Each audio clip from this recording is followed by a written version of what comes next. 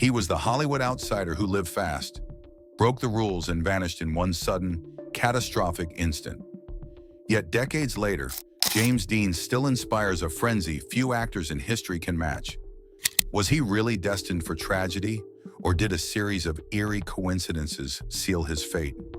Stay tuned, because the truth behind his final days and the legacy that refuses to fade might just redefine everything you thought you knew about this rebellious icon.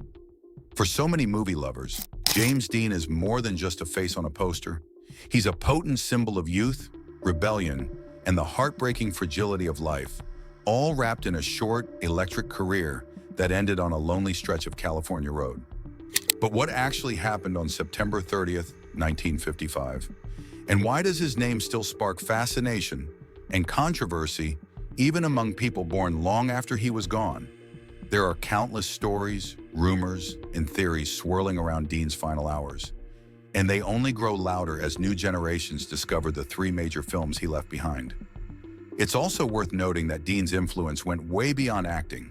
He brought a new level of intensity to Hollywood, tested the boundaries of traditional masculinity, and created a cultural ripple effect that's still felt in fashion, music, and even motorsports. Even modern celebrities cite him as the ultimate cool, referencing his style and swagger without truly replicating his mystique. Could it be that his untimely death and the eerie details surrounding it cemented him as something more than just another leading man of the 1950s? That question still nags at fans and critics alike. Strap in, because we're about to explore the rapid ascent, shocking end, and everlasting legend of James Dean. James Byron Dean was born in Marion, Indiana in 1931, but the world he knew flipped upside down when he lost his mother, Mildred, at just 9 years old. This life-altering event set the tone for much of his emotional depth. There was always an undercurrent of longing behind those haunted eyes. Forced to relocate to Fairmount, he was raised by his aunt and uncle on a modest farm, spending afternoons taking care of animals and wandering the quiet Indiana fields. The small-town life left him itching for something grander, and he found that spark in acting, first in local theater productions, then in the drama club at Fairmount High School. Despite his rural upbringing, James wasn't shy about dreaming of Hollywood. After graduating, he moved to California to attend Santa Monica College before transferring to UCLA to study drama. His passion and raw talent drew the attention of classmates and instructors alike. On campus, he gained a reputation for taking performance risks that most young actors wouldn't dare, and he quickly developed a style that was intense, unscripted, and deeply personal. Not everyone appreciated his methods. Some felt he was too unpredictable, but that only fed his resolve to become someone unforgettable. His real break arrived when Elia Kazan cast him in East of Eden, 1955. Kazan, known for spotting unpolished brilliance, recognized that Dean's emotional complexity and rebellious streak could make the character Cal Trask leap off the page. During the film's production, James displayed a fierce dedication to authenticity, pulling from his own longing for parental approval. He brought an off-kilter energy that immediately separated him from other young actors of his day. Fellow performers were stunned by his uncanny ability to make every moment raw and real. The public, too, responded with astonishment. In a world of carefully packaged Hollywood stars, Dean came across as entirely genuine, a restless soul who might explode at any moment. And that, of course, was just the beginning. If East of Eden first showcased James Dean's acting chops, it was Rebel Without a Cause that turned him into an overnight icon of teenage turmoil. Released later in 1955, this film not only changed Hollywood's depiction of adolescence, but also forced the broader culture to confront youth rebellion head-on. Before Dean, teen characters were often secondary, clean-cut kids who said "gee whiz" or "yes, sir." But in Rebel, he portrayed Jim Stark, a troubled teen grappling with absent parenting, peer pressure, and a sense that the adult world couldn't possibly understand him. Audiences, especially younger ones, recognized their own frustrations in Jim Stark's anger and confusion. Suddenly, the misfit teen wasn't a punchline. He was the main event. Dean captured the spirit of a generation that felt overlooked, voiceless, and fed up with platitudes. Hollywood had underestimated just how hungry young people were for a character who validated their feelings of alienation. In a single stroke, Dean made it okay to question authority, yell at parents, and admit that life's growing pains could feel devastating. Critics, meanwhile, were torn. Some dismissed him as a bad example for influencing teens to be defiant, while others hailed him as a magnificent new talent, forging an emotional realism rarely seen on screen. The box office success proved that James Dean was tapping into a deeper reservoir of anxiety and aspiration among American youth. Off-camera, his personal style, cigarettes, a casual red jacket, and a moody glare, became the uniform for restless teenagers everywhere. Magazines scrambled to feature him, and rumor mills churned out stories suggesting he lived exactly like his cinematic alter ego. Whether that was true or not, the line between Dean the actor and Dean the icon blurred. The phenomenon extended far beyond the movie theaters, too. School counselors and parents worried that Dean fever might encourage kids to slam doors or run away from home. Social commentators argued he represented the moral decline of the era, but for teens, and even some open-minded adults, he was a voice of refreshing honesty.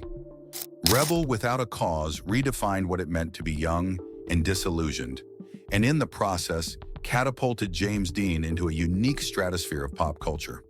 The irony, of course, is that while he was rapidly becoming a hero to millions, his real life was anything but carefree. Behind the sullen stare and teenage angst, there was another side to James Dean that most fans only learned about through tabloids: his love of racing. Cars weren't just a hobby for him, they were a lifeline, a source of adrenaline that matched his intense personality.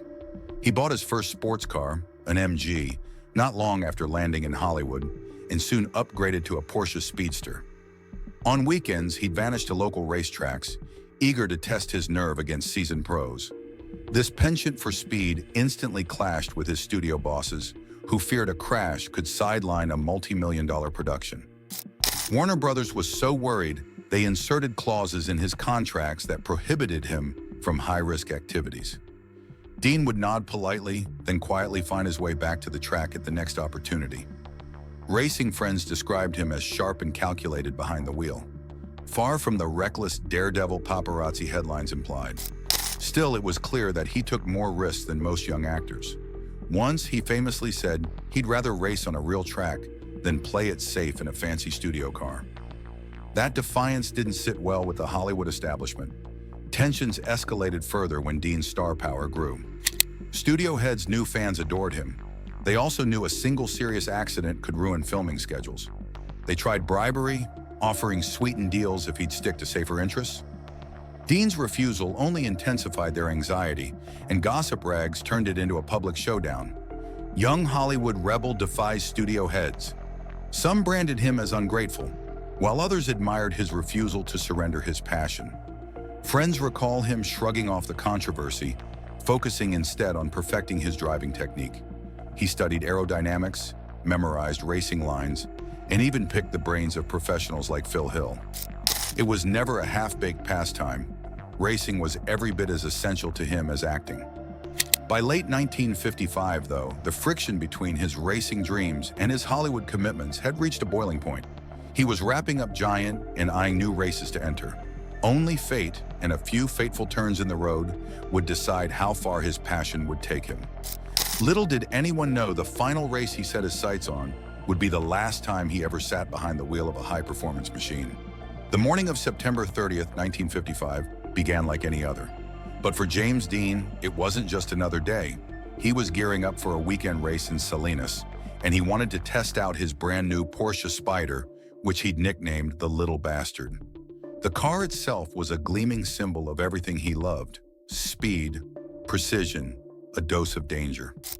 It was freshly tuned, with the number 130 painted on its sides. Dean was eager to log some miles before competing, despite studio warnings that he should keep his racing under wraps until Giant was fully in the can. He set off with his mechanic, Rolf Wutherich, alongside a friend and fellow enthusiast who followed in another vehicle. As they left Los Angeles, the mood was light.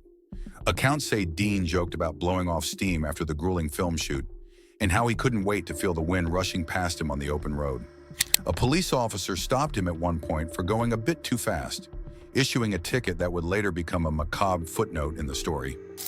Undeterred, Dean continued north, weaving through the California countryside, the sun dipping lower in the sky with each passing mile. By late afternoon, the group paused at Blackwell's Corner, a remote desert outpost where Dean reportedly grabbed an apple and a soda. Locals, unaware of the star's presence, watched curiously as the sleek Porsche drew attention. Then, just before 6 p.m., Dean got back behind the wheel, determined to reach Salinas before nightfall. The sun, now setting, created a glare that made his low-slung silver car blend into the highway. Up ahead, 23-year-old Donald Turnipseed approached the junction in his Ford Tudor, preparing for a routine left turn onto Route 41. The roads were open, quiet, and deceptively dangerous. In a split second, Turnipseed turned left. Dean tried to swerve, and the two cars collided at a terrifying speed. Witnesses described the impact as a flash of twisted metal and flying debris. Dean's neck was broken, and he was rushed from the scene with almost no vital signs. The star who had captivated the world with his explosive energy was pronounced dead en route to the hospital. The man behind the wheel of the other car survived, but would live with the haunting memory of that crash forever. Thus ended the last day of James Dean, a moment in time that would spawn endless analysis, speculation, and sorrow. When the news broke that James Dean had been killed in a car wreck, it felt surreal, like the script of a film that no one wanted to see. Major newspapers splashed the headline across their front pages. Radio stations repeated the shocking bulletin, and Hollywood suddenly found itself in mourning for a talent that had barely begun to unfold. Fans who had just discovered the rebellious spark in Rebel Without a Cause were devastated.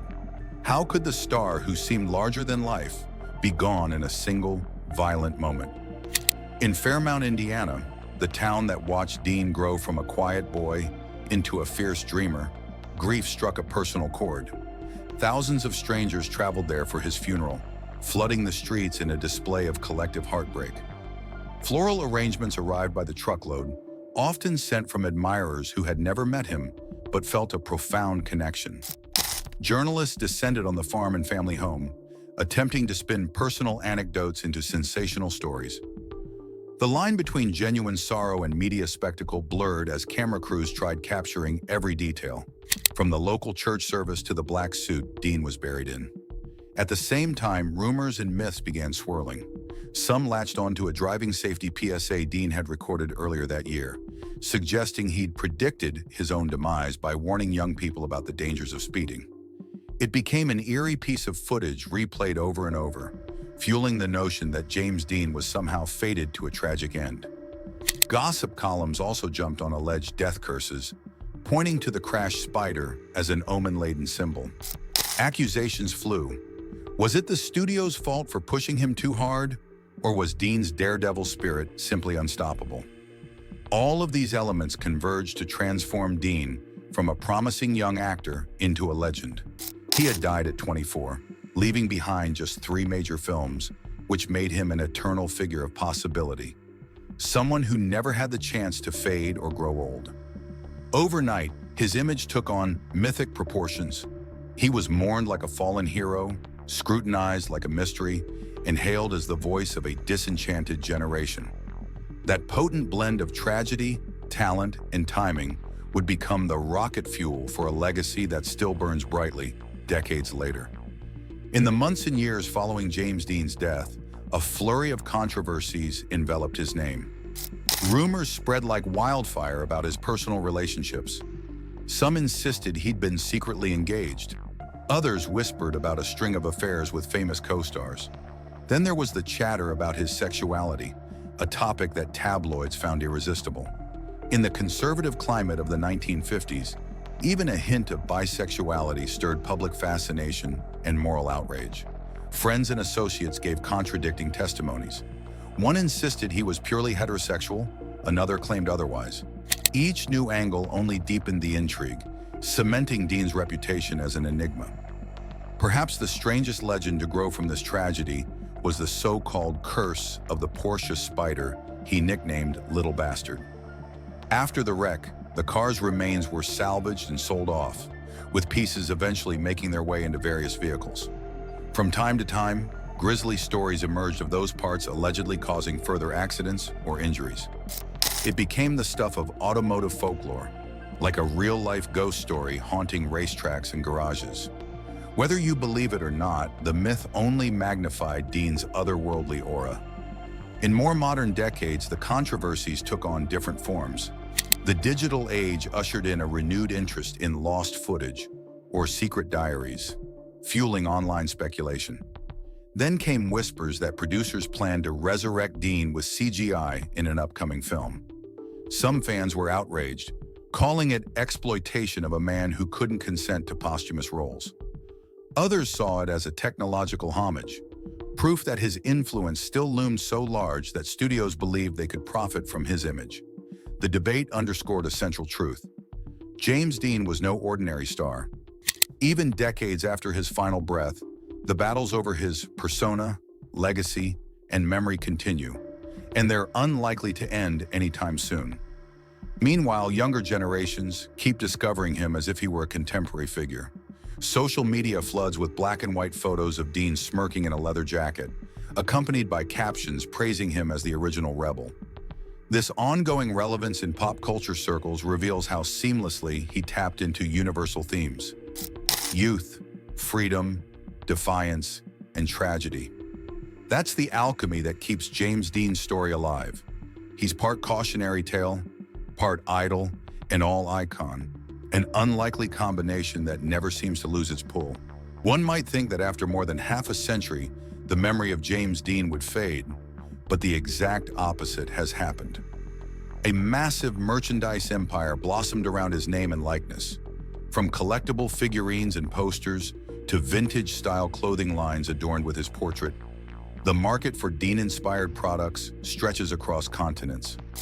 People who have never watched a single one of his films still recognize that signature gaze, head slightly tilted, eyes brimming with restless energy. It's become a global shorthand for cool and rebellious, and companies are all too eager to cash in. Dean's hometown of Fairmount, Indiana, took on the role of pilgrimage site for fans from all over the world. Every September, the James Dean Festival welcomes enthusiasts who arrive in classic cars, often 1950s hot rods reminiscent of his era, or on motorcycles that pay tribute to his tough, free-spirited image. The town hosts car shows, film screenings, and tours of local landmarks like the old high school and the Winslow farm where Dean once lived. Vendors line the streets, selling everything from t-shirts with his face to rare posters fetched from estate sales. It's a carnival of remembrance that channels both the heartbreak of losing him so young and the excitement of celebrating his enduring presence. Yet it's not purely commercial. Many visitors speak of a deeper connection, describing how they felt misunderstood or alienated until they stumbled upon Dean's films. They see pieces of themselves in his intense performances, his willingness to display vulnerability, and his refusal to conform. At Dean's final resting place, mourners often leave flowers, notes, and personal mementos, treating the simple headstone like a holy site. They linger there, tears in their eyes, confessing that, in some intangible way, Dean spoke to them across decades. This communal ritual has turned Fairmount in nearby Chalem, California, where the fatal crash occurred, into sacred ground for devotees. And so, each year brings new collectors, new fans, and new ways to memorialize a star who never reached his 25th birthday. It's a testament to the power of myth-making, fueled in part by Hollywood nostalgia, and in part by a genuine emotional response to an actor who dared to be raw at a time when everything else felt staged. In that sense, the merchandise and the pilgrimages represent two sides of the same coin, a commercialization of tragedy and a heartfelt tribute to the undying spirit of James Dean. Why does James Dean's story still grip us after all these years? In part, it's because he compressed a lifetime's worth of struggle, passion, and artistry into just 24 years. He arrived in Hollywood, made 3 iconic films, challenged the status quo, and then departed before anyone could see him settle into a more predictable life. He represents the dream of eternal youth, someone who never had to compromise or sell out, at least in the public's imagination. But there's another, perhaps deeper reason. Dean tapped into an ageless human yearning to push boundaries and search for authenticity. His persona resonates with generations who feel life is too rigid, too formal, or too suffocating. Each time a teenager rebels against the rules, or an artist refuses to be pigeonholed, they're echoing that same spirit Dean brought to the screen in the 1950s. It's not just about riding a motorcycle or wearing a leather jacket. It's about living life on one's own terms, even if it leads to confrontation or heartbreak. In more recent years, technology has attempted to bring him back, whether through colorized photos, digital enhancements, or talk of using advanced CGI to cast him posthumously. These efforts spark fierce debate. Are they tributes to a timeless figure, or do they exploit his legacy? The uproar itself shows how deeply he's woven into our cultural psyche. Dean isn't just a footnote in film history. He's a litmus test for how we grapple with fame, youth, and mortality. Ultimately, his untimely passing immortalized him in a way that no PR strategy ever could. He remains forever on the brink of greatness, frozen in the prime of his life, leaving behind an endless string of what-ifs. Would he have evolved into a classic leading man, directed avant-garde films, or abandoned Hollywood altogether for the racetrack? We'll never know, yet that uncertainty only amplifies the fascination. James Dean defied expectations when he was alive, and he continues to do so in death. Even now, fans watch his movies or stare at his photos, searching those intense eyes for clues about who he really was. Each new generation rediscovers the raw power of his performances, convinced there must be something more behind the legend. And maybe that's the ultimate tribute, the unshakable belief that somewhere, somehow, James Dean's rebel soul is still revving its engine, daring us all to live just a little more boldly.